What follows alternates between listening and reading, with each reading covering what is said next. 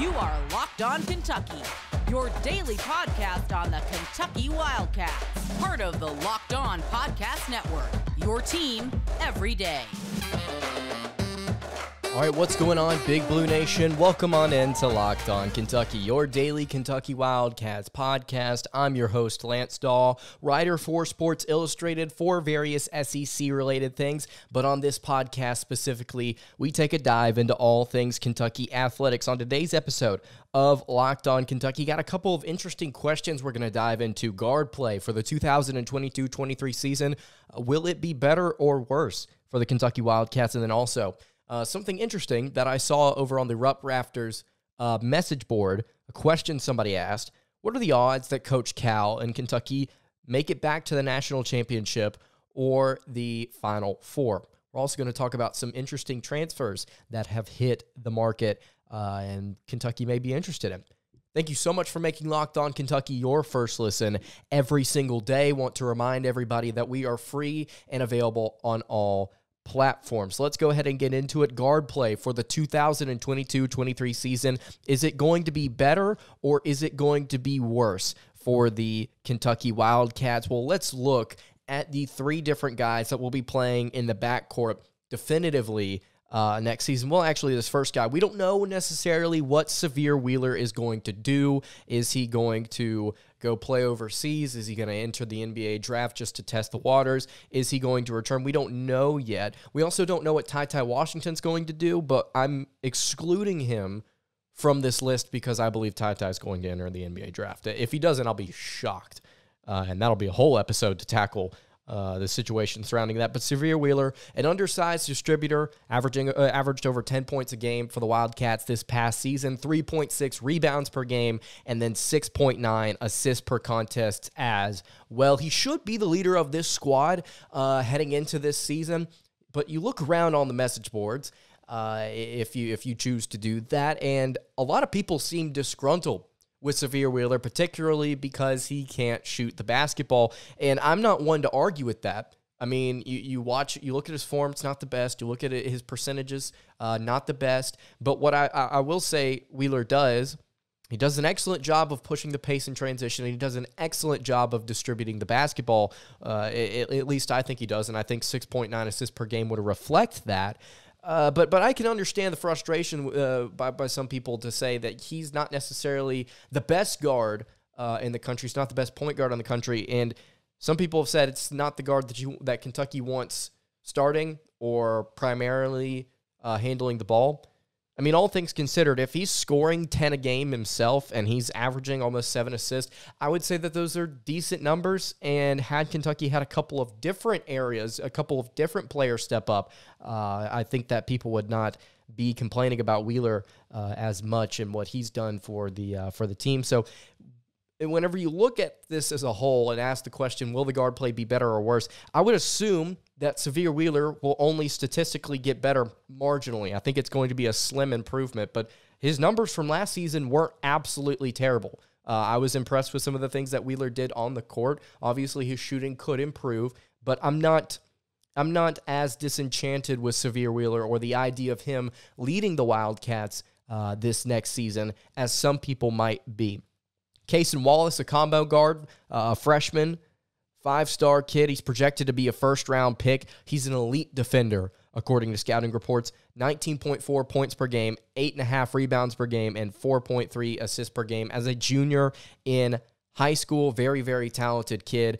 He drew Eric Bledsoe and Shai GilgeousAlexander comps from Coach Calipari. I can't speak. Drew some interesting comps from Coach Calipari after Wallace committed. And I think what people are looking for, what fans are looking for out of Kentucky's guards is more consistent shooting. And so while it may be great that Cason Wallace is a very, very talented defender, we need to be able to know whether or not he can shoot the basketball.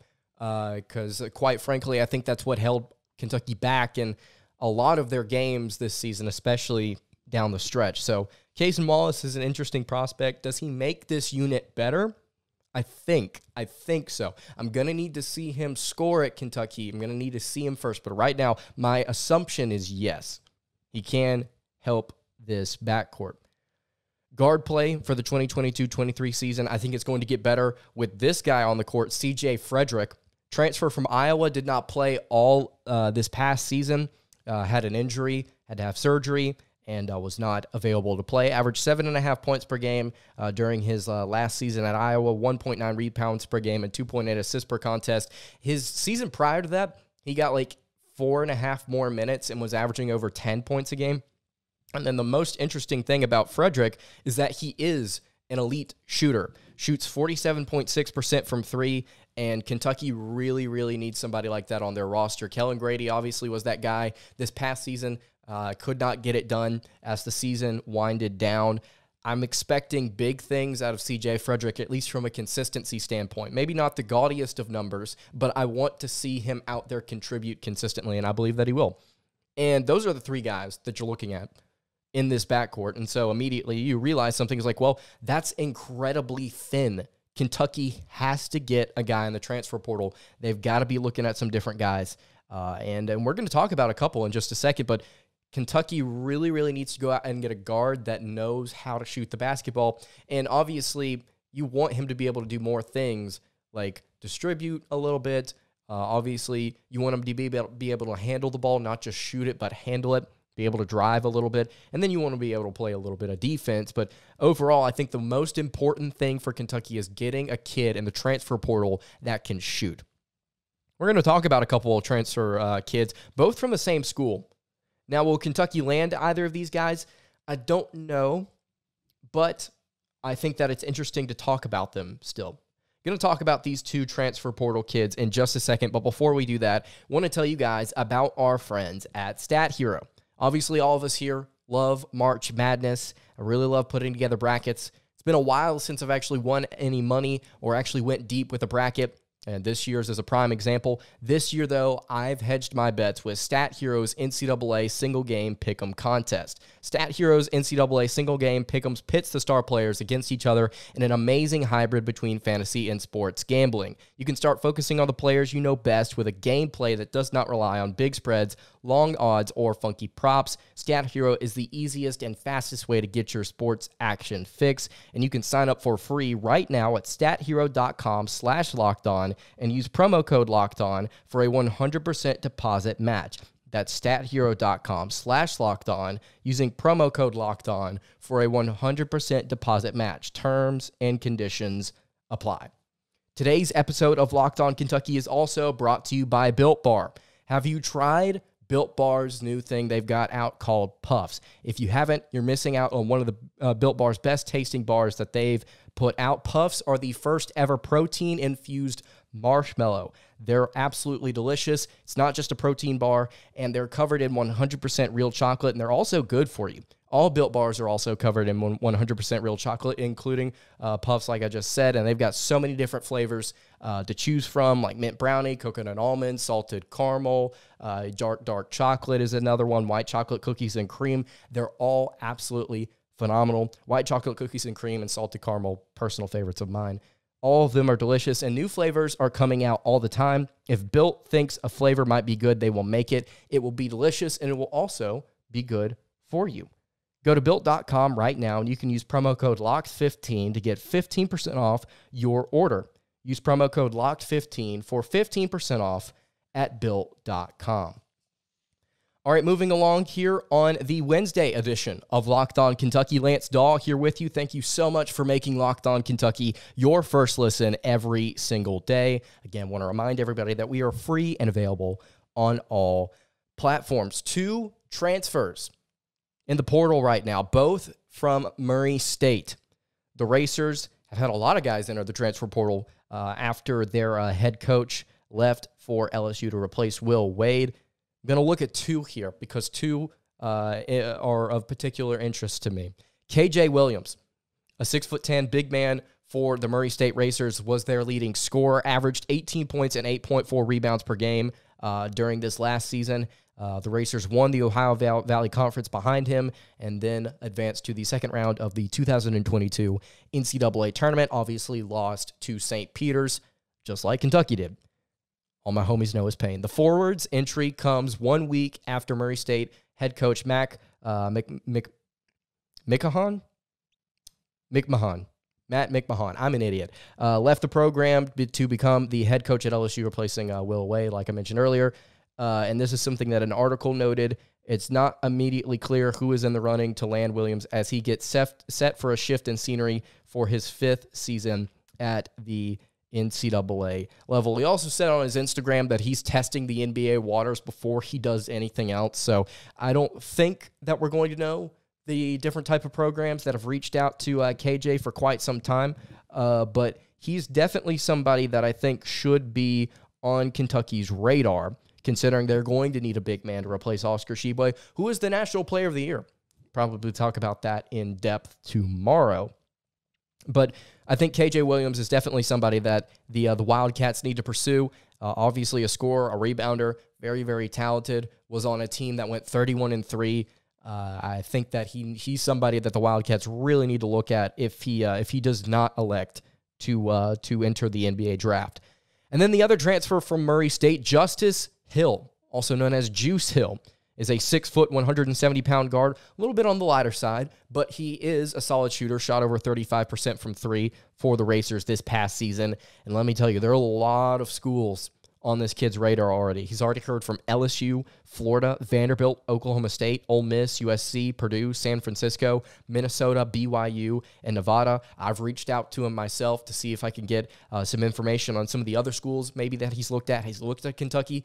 We're going to find out. But I think that Justice would be an excellent addition to this backcourt because he provides a couple of things. First of all, he provides experience, something that I don't think that Cason Wallace obviously has, and then CJ Fredrick has been out of the game for over a year. And then I think he also provides shooting. Like I mentioned earlier, Kentucky needs a guard that can go out there and shoot the basketball a little bit. He also averaged over 5 assists per contest, which is really, really nice to see. So Justice Juice Hill, another player that I think Kentucky needs to reach out to. Obviously, there will be more players that come and go. Like Terrence Shannon is obviously being discussed in the Kentucky sphere right now. For some reason, Scottie Pippen Jr. is not even in the transfer portal, yet everybody's talking about him potentially coming to Kentucky. I've not understood that, nor will I understand it until he announces he's entering the transfer portal. But from what I understand, he's going to declare for the NBA draft. We'll just have to wait and see. But all right, to wrap up the show today, I want to talk about the odds that Coach Calipari in Kentucky make the Final Four or the national title game before the end of Coach Cal's career. Before we do that, though, I want to tell you guys about our friends at Rock Auto. With the ever-increasing number of makes and models, it's now virtually impossible for your local chain auto parts store to stock all the parts that you need. Why endure often pointless or seemingly intimidating questioning and wait while the person behind the counter orders the parts on their computer, choosing the only brand their warehouse happens to carry? You have computers with access to rockauto.com at home and in your pocket yourself. You can save time and money when using Rock Auto. Why choose to spend 30%, 50%, even 100% more for the same parts from a chain store or a car dealership when you can just simply use Rock Auto? Rock Auto is a family business. They've been serving do-it-yourselfers for over 20 years. Their prices are also reliably low for every single customer, and they've got everything that you could need: brake parts, tail lamps, motor oil, and even new carpet. And you can go to rockauto.com right now and see all the parts available for your new car or truck. Right, Locked On in their How Did You Hear About Us box so that they know that we sent you. Amazing selection, reliably low prices, all the parts your car will ever need. That's all at rockauto.com. All right, wrapping up the Wednesday edition of Locked On Kentucky, Lance Dawe here with you. The question that we wanted to ask: how confident are we that Coach Calipari and Kentucky is going to make the Final Four or the national title game? What are the odds of that? And I'm just going to go ahead. I'm just going to rank it on a scale of 1 to 10, how confident I am that either of those things are going to happen. Starting off with the Final Four here, I would say I'm at a 6.5 out of 10 confidence on Kentucky making the Final Four again. We've gotten to see this year's Final Four. It's a bunch of blue bloods that us Kentucky fans don't really care much for. And so I think that we talked about this already. If Kentucky has things go their way, if they don't deal with a plethora of injuries, if they don't just mentally get in a space at the end of the season where they can't shoot, I think that they're capable and able of making a very deep run in the NCAA tournament. And I don't think a lot of people would disagree with that what-if scenario. I think that if Kentucky was healthy, they would have made a deeper run than they did. And I'm not saying that injuries are the end-all, be-all. I'm not saying that just because Ty Washington wasn't 100% after he got hurt against Auburn for the rest of the season. I'm not saying that that's the end-all, be-all. I'm not saying that that's what determines a game. Obviously, there are other factors, but I'm just saying, Washington got hurt. Sahvir Wheeler wasn't 100%. Kellen Grady mentally just got in his head at the end of the season. If things go according to plan, the shooters continue to shoot well, Kentucky continues to play good defense, goodness gracious, and they make a better run. I think that Kentucky is going to set themselves up in a similar position again in the very near future to make a run. So 6 out of 10 is my confidence to make it to the Final Four. And then the national title, 3 out of 10. And it's simply because I think that it's a very, very difficult thing to do, to make the national title game. And I just don't see it happening for a lot of programs. Obviously, it's very, very difficult to make a deep run in the NCAA tournament. We've also talked about that recently on this show. But there was a comment on Rupp Rafters in response to this question that somebody asked, and I thought he made a really, really good point, so I wanted to quote him here. He said, "A better question might be, what are the chances that Kentucky makes the Final Four without Coach Cal in the next 10 years? The appropriate answer is slim to none." And then he said, "When Cal leaves, this program takes a major step back." And I don't think that we definitively know if the correct answer would be slim to none, because we don't know who Kentucky would hire after they presumably let go of Coach Cal or he retired. But I think that he makes a fair point. Kentucky right now is set up in a very, very good spot, even though some fans might think that they aren't, considering this loss to St. Peter's is apparently the end of the world. But I think that right now, with Coach Cal at the helm, Kentucky's in a good spot to make another run. Now, obviously, they didn't do that this year, and it's a shame, but I think that they are going to, again, like I said a minute ago, put themselves in a position to make a legitimate Final Four or national title run. And a lot of it has to do with Coach Cal. And then a question that I asked on the show just a few days ago, who is Coach Cal going to be replaced by? I don't think there's a coach in college basketball right now outside of Bill Self and Jay Wright that I would be extremely comfortable taking over the Kentucky program. There's just not a lot of guys that I would have confidence in that I would believe could potentially outproduce Coach Cal.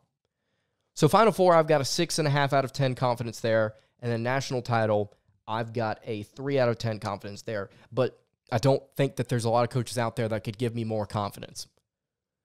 All right, that's going to do it for today's episode of Locked on Kentucky. You can follow the show on Twitter at Locked on UK. Excuse me. You can follow me on Twitter at LanceDawe_, and you can follow the show on Instagram at Kentucky Podcast. I will see all of you guys tomorrow for another episode of Locked on UK. Have a good day, everybody, and God bless.